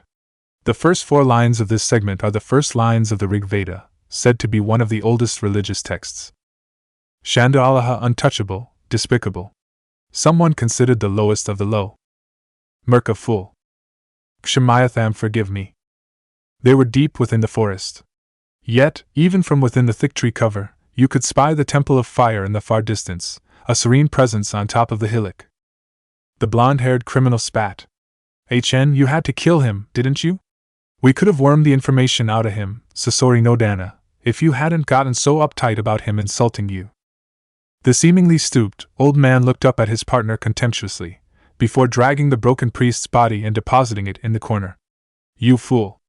Akasuna no Sasori's voice was a rasp, a cold, lifeless sound, akin to the scraping of a rusted gate opening. "Do you really think he would have divulged the information? We had no chance. He did put up quite a fight though, I'll give him that. Lord Payne hadn't told us about how adept the head priest of the fire temple was in his mastery over the fire element. HN, now we'll have to wait all the way till the fucking end, and then capture this Jinchuriki. Ball sack, I should have gotten my copy of Bleach along."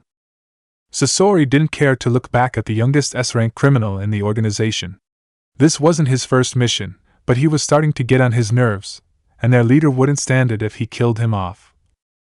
"Listen up, and I don't want any interruptions, especially from you, Naruto." He looked over at the boy in the gray hoodie, who flashed him a grin and a thumbs up. Lunch would have been welcome for the Uzumaki, yet all such thoughts were driven from his head when Kakashi-sensei and Asuma-sensei had walked into the training grounds together. In a short while, the rest of Team 10 were assembled too. It was a merry gathering that sat in front of the 2 senseis, himself, Sasuke, Sakura, Ino, Choji, Shikamaru, and the lone assassin who couldn't have felt out of place if he wanted to, even though he was roughly 500 years ahead of these quaint shinobi. C-rank, to be undertaken jointly by Teams 7 and 10. Shikamaru seemed to grunt, seemingly annoyed, while Ino's eyes darted over to Uchiha Sasuke excitedly. Mission, to help investigate clandestine events at the Temple of Fire. The Temple of Fire have requested a party of ninjas to be sent over to them in order to assist them in putting an end to the current difficulty. Any and every remaining detail will be furnished by the Assistant High Priest and member of the Guardian 12, Chiriku. Kakashi looked above the paper and over at the students. It would have sufficed to say that most of them were happy. Shikamaru had a scowl on his face. "We leave, tonight. We travel overnight, and will probably reach before dawn tomorrow." He rolled up the mission scroll, and stared straight at his students, his tenor serious. "This isn't a usual C-rank, guys. I want you all to concentrate, be alert, and not take this lightly. That will be all. We meet at 9 o'clock sharp tonight, near the gates. Carry a backpack with basic necessities, you know the drill." Oh, and his eyes darted over to Edward Kenway, who was listening with utmost interest up until then. "You're coming along too." Kakashi turned and walked away, shaking his neck from side to side. Naruto looked quizzically over at Sakura. "He seems unusually serious, huh?" "Baka. That's 'cause this mission is serious." Asuma Sarutobi stayed back, talking to his team. Sasuke and Naruto got up, and Asuma looked over at them, scratching his beard. "Right, guys. Get some rest, you genin. We won't be making any relaxation stops on the way. Make sure you're on top of your game." "Right." Naruto's was the only voice that seemed enthusiastic. It seemed the rest were apprehensive. Even as they parted, Naruto looked over at Edward as they walked out of the training grounds. "Isn't this the first time you'll be getting out of Konoha?" Edward Kenway laughed, ruffling the blonde's hair. "Yes, and Naruto. It seems that our training will have to wait." "Nah, that ain't a problem. When we get back though, I'm not letting you go, you know. Say, where are you going now anyway?" Edward smiled, patting his chest. The curious-looking brown pouches seemed empty. "I'll meet your old leader now, retrieve the rest of my weapons." And even as Naruto looked at him curiously, he turned, drawing his hood as he took the route towards the central building. The afternoon in Konoha that day was a pleasant one. Uzumaki Naruto, of course, had first and foremost gone to recharge his batteries the only way possible, stuffing his face with as much ramen that could enter said face in an instant. At the Hokage's office, however, the curtains were drawn. High-load sound-blocking seals had been placed on the door, and the guards were given extremely strict orders to not let anyone inside during the period of time Shimura Danzo was in the building. The two old men looked at each other, before Sarutobi Hiruzen reached out his hand. The man in front of him was strangely attired, bandages wrapped around his eyes and hands curiously. What was left of his body was old, beaten, and yet an incredible vigor seemed to course through Danzo's eyes as he took the greeting before seating himself. You would risk the Jinchuriki for such a mission? His voice was low, soft. Hiruzen made an impatient noise, frowning at his oldest friend. We've been through this. Your suggested method of handling Uzumaki Naruto is completely preposterous. I will not, as long as I live, treat the boy as anything less than human. Unfortunately, that is true. We have come to an agreement on that matter, involving my compromise, Sarutobi. I was, however, talking about potentially letting him come in contact with Seven Tails Jinchuriki. Yes, the kunoichi from Takigakure. Hiruzen made a point of stressing on the word kunoichi, as a rebuttal to his colleague's use of Jinchuriki. The point seemed to reach Danzo, the fact that their views upon the matter were polar opposites. Yes. My information tells me that she is under protection from the Temple of Fire. I repeat, Hokage-sama, it is foolish to potentially allow interaction between the Nine Tails and the Seven Tails. Hiruzen's frown seemed to deepen as he slammed his hand on the table. Then fool I am, Shimura. Do you really think I don't have my reasons? Are you under the impression that I'm a demon-loving terrorist? He stood up forcefully, even as Danzo sat in his chair unmoving. What resides inside the Jinchuriki are forces of unspeakable power, ones that should never be played with. But does that mean we treat the Jinchuriki too as an evil being? Absolutely not, at least for as long as I can stay in power. The Reikage tells me that their Jinchuriki even holds an important position in their council. What say you to that, Shimura? Shimura Danzo stood up slowly, not looking the Hokage in the eye. He turned simply, and stumped towards the door. Even as he heard Hiruzen sitting back down in his chair, he turned, his face contorted for the first time since their meeting. The Reikage is a blundering old oaf, Hiruzen. You would do well not to emulate his way of doing things. I will wait then. I shall watch your actions, which, I advise, you carefully consider, especially since my latest intelligence tells me that the Akatsuki might be involved in this petty mission of yours. The old man sat in silence as he stared at the view outside the Hokage building. A light, rather pleasant breeze seemed to make its way into his office, even as he sat, chewing on Shimura Danzo's words. The Akatsuki were involved. It was rather obvious that Danzo knew little and less about it. But he, the Hokage, should have known more. Did that mean the Uchiha Itachi hadn't received the information, and hence hadn't relayed it? He didn't doubt for a second that Uchiha Itachi might have compromised sides. He knew that was a complete impossibility. He took pride, a fierce, burning joy that Itachi had inherited the will of fire. He would never betray the village, not for anything. So what would Hiruzen's next move be? Itachi himself knew about this mission Teams 7 and 10 were undertaking, but he'd ordered the Uchiha not to reveal that bit of information to the Akatsuki's leader. Then, this only meant that the Akatsuki were at the Temple of Fire in order to scout, or potentially capture the Seven Tails, without any knowledge that Naruto, the Nine Tails Jinchuriki, would be on his way there. What position did this put him in? He started when he heard a knock on the door, and several noises. Bang! Hokage-sama! This man dash! Greetings, old man. We meet again. He remained silent, trying to hide his smile. Edward Kenway was being held down by 4 guards, 2 on either side, one holding his neck down and the last lying on the floor, his hands around the blonde assassin's ankles. It made for a ridiculously comical sight. Forgive our lapse, Hokage-sama. We didn't mean to let him in. Jesus Christ, why are we still yelling? Shut your mouth, outsider. What do we do now, Hokage-sama? We go ahead, full sail. The Hokage raised his hand, instantly silencing the 4 guards. Edward took the golden opportunity to free himself and spat on the guard who was holding his neck down, much to his chagrin. There is no problem. The meeting was over some time back. You may go now. The guard who had held Edward's neck was panting, his face heated. Are you sure, Hokage-sama? Is it safe to let this uncouth scum? Aye, this coming from the man who tried to attack me for no reason at all. You told me that my wife was very pretty. before breaking right through our security. Well, she was. Hokage. Enough. You have done good work in keeping this man in check. I shall see to it he receives an appropriate punishment. The guards all shot Edward Kenway venomous looks, to which he blew a kiss in reply. Pausing for a second, they trudged out, muttering among themselves. The moment the door closed, Edward whistled. Charming lot you have there. You seem to be enjoying your time here. Aye, what's not to enjoy? Not just here, old man, anywhere. What's not to enjoy as long as you're alive? Rightly said. Now you are here because dash? This mission of mine. I need my flintlocks, you see. A man's not complete without his guns. The old leader paused for a second, before understanding.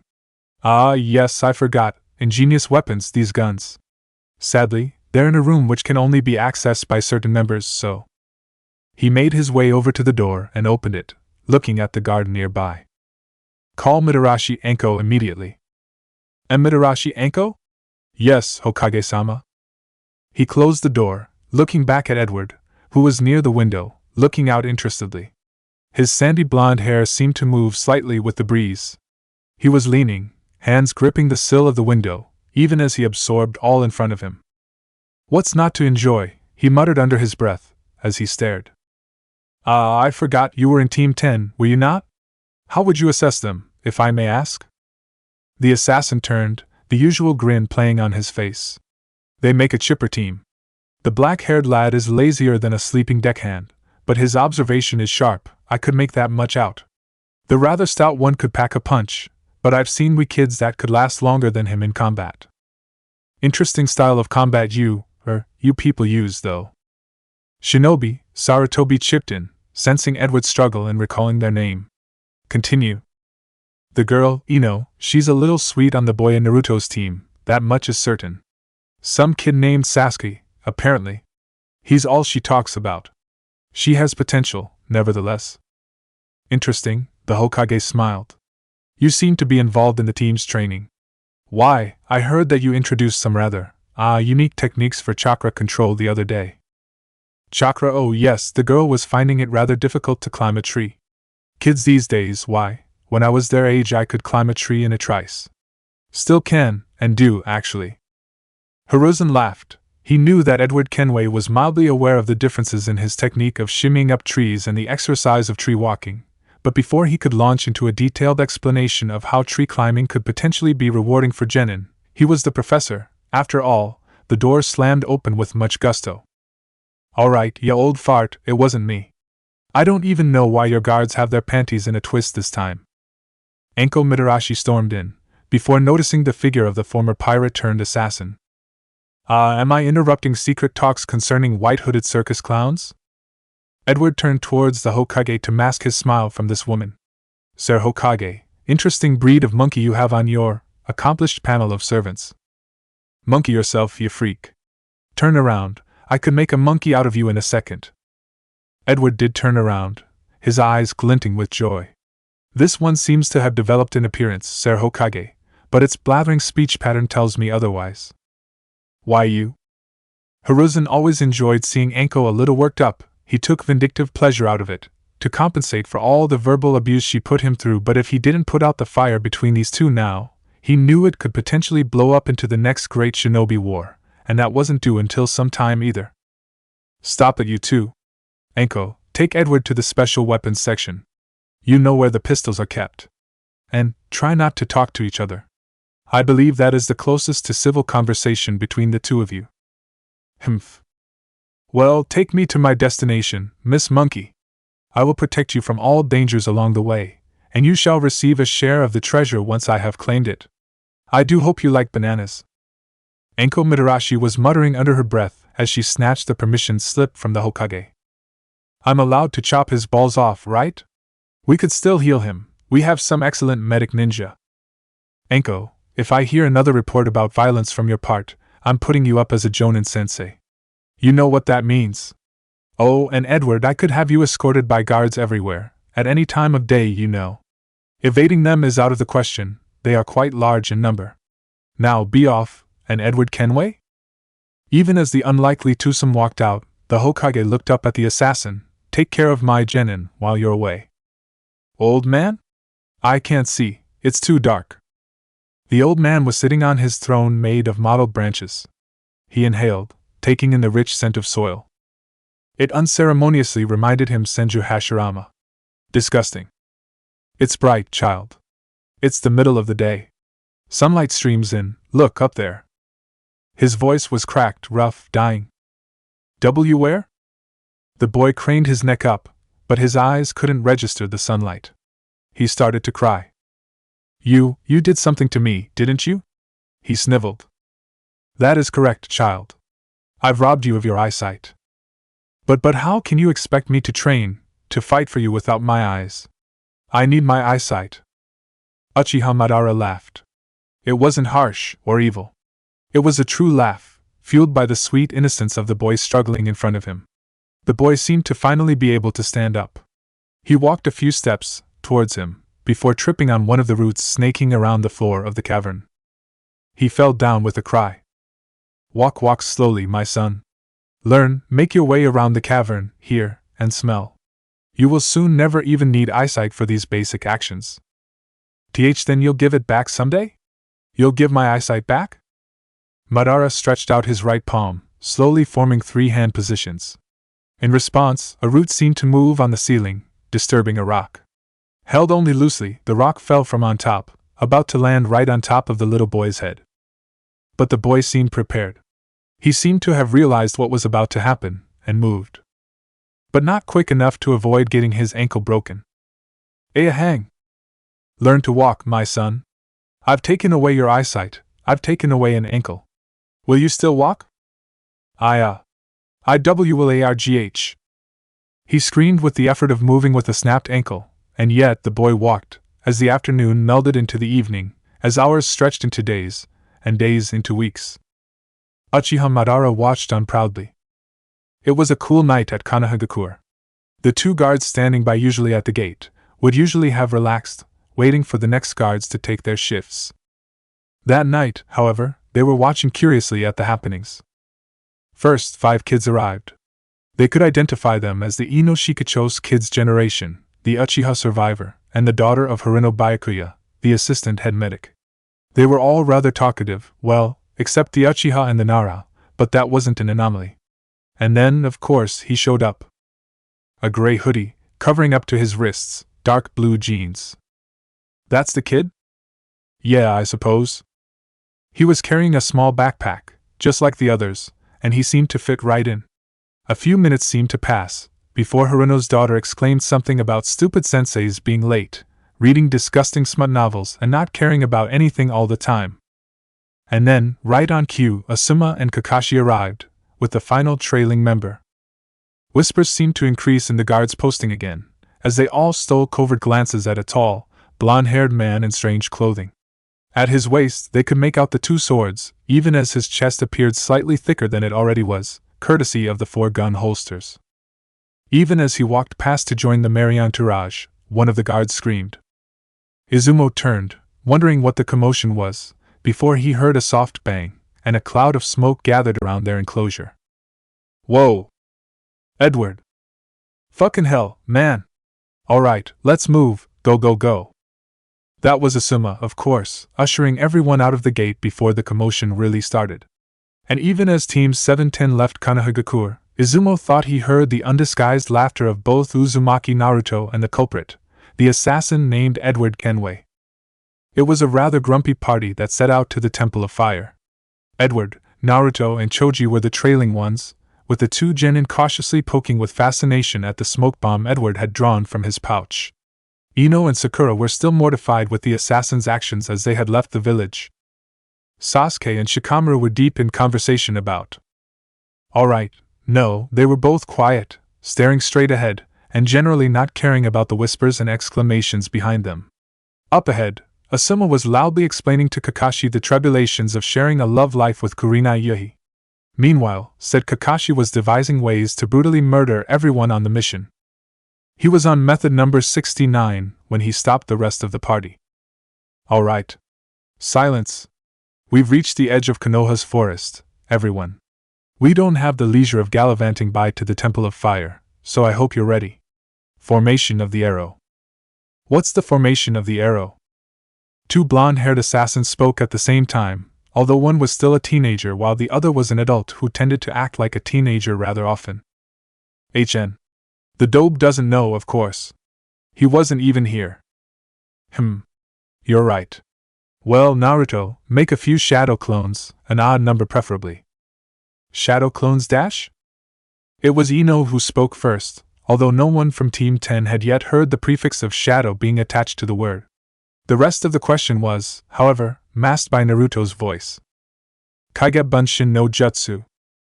As the clones poof-ed into existence, Kakashi spoke again. Sakura, make the formation with the clones, please.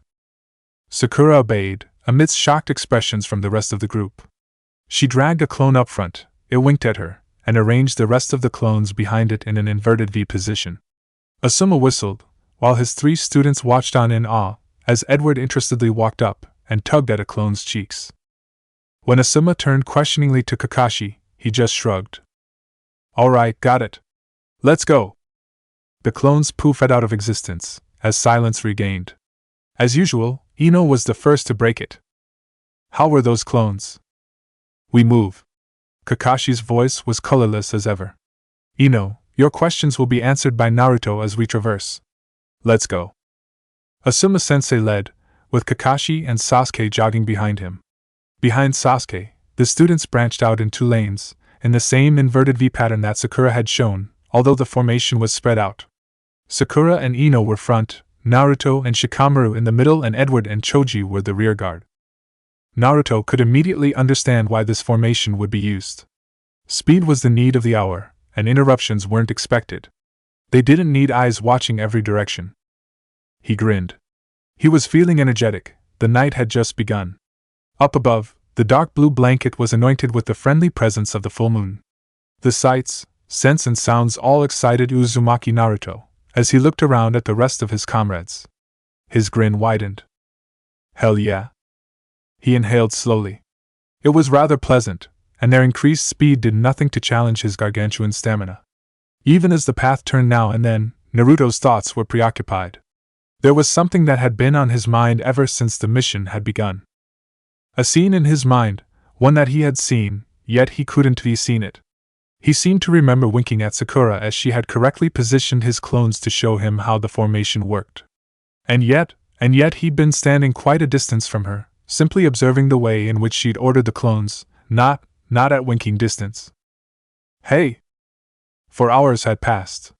After the first 2 hours, Asuma-sensei had called a 5-minute break. On resumption, they shuffled within their formation, as ordered by Kakashi-sensei. This time, Kakashi lead, followed by Edward and Asuma. Sasuke and Shikamaru followed. Asuma seemed to have started a conversation with Shikamaru about shogi, with Sasuke listening silently. Sakura and Choji were next, with him and Ino at the rear guard. It had started to become rather monotonous at the rear, when the blonde Yamanaka had attempted to converse. He turned to his right to look at her. Hey, Naruto? So, what was that jutsu? Which, Kage Bunshin? It's pretty self-explanatory, you know. Basically it's just a baka. She's obviously asking how it's done, Sakura said, looking around at Naruto. Why, Sakura? You must want to know how it works too. She turned back to her original position, looking forward to avoid Naruto's gaze. It was true, she did want to know how he worked it. After all, she was Naruto's teammate, and it was imminent for team members to know each other's jutsu inside out. She did want to be able to attempt it too, even after Kakashi-sensei telling them that even Sasuke had a long way to go before being able to execute it as well as Naruto could. Well, you know the Bunshin no Jutsu. The explanation for Kage Bunshin is pretty simple. As an additional step, you fill up your clone with chakra too. That's pretty much it. Ino Yamanaka's eyes widened with apparent surprise. But that would take up loads of chakra. Are you actually telling me that you expended enough chakra to fill up 7 clones when Kakashi-sensei asked Sakura to explain the formation to you? Naruto flashed his trademark grin at her. He paused, and then decided to direct her interest over at a facet of the jutsu other than how much chakra it required. It sounds like a lot of work, the way I put it, you know. See, the bunshin is like puffing up a balloon, right? The chakra is just the outer surface. And then, the way I've explained the Kage bunshin, it's different, actually. It isn't like making a bunshin and then filling up the bunshin with chakra. Think about it, that's too unwieldy in battle. You actually compose the Kage bunshin as you go, layer by layer. It's pretty much the exact same as bunshin, but instead of composing it two-dimensionally, you do the same thing with 3 dimensions. I see, Sakura muttered. Meanwhile, Ino was still awestruck, but this time not with Naruto's chakra levels, instead at how he'd explained the jutsu. Well, that was, well put, Naruto. I'm rather surprised. Naruto chuckled. I don't even know if that's a compliment or not. She's right, Naruto, Choji exclaimed, grinning at him. That's pretty amazing. You seem to have changed quite a bit. Well, I do hope it's for the better. Certainly so, Sakura laughed. I remember you being an She stopped mid-sentence, blushing with embarrassment, aware of the fact that what she was about to say would hurt Naruto. Heh, Sakura-chan, you can go on, I was an idiot, you know. Not just an idiot, Sasuke called suddenly from up front, startling all of them. The biggest one there was. And even as they laughed, Uzumaki Naruto settled into a comfortable, happy silence. Say, you seem rather dull. It was 4 in the morning when Edward Kenway made his first attempt at conversation with Kakashi Hatake. The whole team had taken to tree hopping, as the vegetation cover had increased dramatically, and it was time to take the crow's path, instead of the man-made one. Behind them, signs of tiredness seemed to make themselves known, especially among Ino and Choji. Naruto, of course, wasn't tired out of lack of stamina, but more out of the fact that the Temple of Fire happened to be this far away. He was, however, a sight to watch for the others. His style of traversing seemed to be largely different. The way the ninjas tree hopped was a stoic, direct method, just uniformly leap from tree to tree, apply a light layer of chakra on the sole of your foot, so as to not slip off and fall. On the other hand, Uzumaki Naruto looked more like he was swinging. His hands reached out easily to branches on top, bottom, his legs prepared to change the angle of impact now and then, if only to remove the monotony. It isn't the most exciting part of our mission, Kakashi replied, not caring to look back at Edward, who was keeping up with a fairly easy run. You seem to have more stamina than the blonde idiot, Sasuke looked at Edward. The assassin was the second contrast, of course, to the generally tree-hopping population. Sarutobi Asuma had become grumpy, mostly because Ino had yelled at him about killing everyone along with himself because smoke is bad for the lungs when he lit a cigarette, mostly because of the smoke he puffed out went directly over to the kids. Of course. I had more stamina than you when I was half your age, lad. Sasuke scowled, not appreciating the assassin's cocksure statement. Say, you seem to be reading something? Edward had turned back, looking over at Kakashi's shoulder. Sakura, who'd remained silent, as she was starting to get rather worn out with all their traversing, was suddenly paying attention. Oh, this is a ninja guidebook about the, Temple of Fire, yeah? Both Sakura and Naruto seemed to scoff. It was a surprise that he wasn't reading his usual smut. I see, you must be quite the meticulous teacher. Very nice, especially those illustrations. Edward had the usual twinkle in his eye. Sensei? What are you reading? Sasuke seemed to shake his head in disapproval. It's pretty easy to guess. You were never great at lying, were you? That's our sensei, Team 10. Reading smut while tree hopping is the mark of Team 7. Take that. Shut up, Naruto. It's enough that our sensei is a pervert. Ino and Choji were both giggling. Shikamaru had already tried to figure out ways of trying to sleep while tree hopping, but he'd gotten stuck at the first step. Kakashi, meanwhile, suddenly stopped, bringing the party to a standstill. Look! He pointed to the distance, and suddenly, the genin broke into gasps. There, in the distance, the sun was just rising. The sky was a dark shade of blue, and the deep red of the sun complemented it beautifully. The air was colder at this higher point. And there, below the rising sun, the Temple of Fire stood, an old brown gateway signifying the entrance. Holy watermelon, we've finally arrived. Yep. That's the one all right. Asuma spoke, smiling at the looks on the genins' faces. It was their first long mission, and it sufficed to say that they were tired, hungry, and needed a little rest. It'll be good to see Chiriku again. I wonder how he's doing. And even as Teams 7 and 10 increased their pace for the last leg of their journey, food and rest couldn't have been more welcome. The darkness was only encroached by the lone fire burning in the middle, in its enclosure. Dawn was upon them, another day, and yet, this day was different. No more. Their head priest had been killed. What had been threatening to happen all along had finally happened, and it was all Chiriku could do to not shed a tear when he saw the trail of blood near the main sacrificial pedestal. They had known each other for years, and yet, just like that. He blamed himself. He should have been more aware. He should have sent word to the Hokage sooner. They would have sorted this out in an instant. Now, here he was, not even knowing who the culprit was, the culprit of an unspeakable crime at such an austere place. He knelt, dipping his hand in the water.